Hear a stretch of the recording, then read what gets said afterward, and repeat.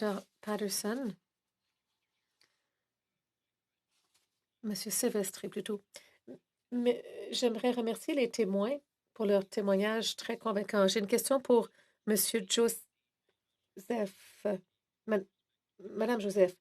Il y en a qui disent que ceux qui s'inquiètent concernant l'incertitude future sont euh, alarmistes. Et pour C69, au Parlement précédent, il y avait des préoccupations semblables et pourtant le ciel ne nous est pas tombé sur la tête. Selon vous, est-il alarmiste de dire que la confiance des investisseurs pourrait être touchée, ébranlée par l'adoption de C15 et qu'il pourrait en résulter de l'incertitude?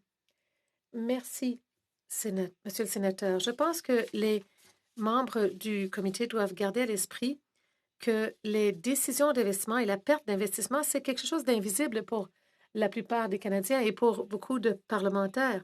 Ces décisions sont faites derrière des portes fermées. Les gens décident d'aller investir plutôt en Norvège ou ailleurs. Depuis C69, nous n'avons pas vu de nouveaux projets majeurs. Donc, la certitude dans tous nos cadres réglementaires, c'est important parce qu'il y a un effet et l'effet, c'est que des milliards de dollars ne viennent pas ici et vont ailleurs à la place. Et comme nous l'avons dit, il y a des possibilités de clarifier ces 15 pour aider cet environnement parce qu'il y a dans l'environnement canadien, dans le contexte canadien, des difficultés. Merci.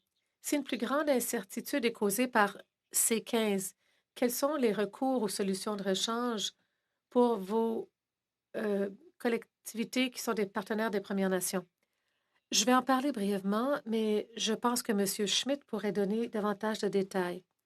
Par exemple, si on pense à Northern Gateway, où le projet a été annulé, beaucoup des membres du partenariat euh, euh, détenteurs d'actifs n'avaient pas de recours.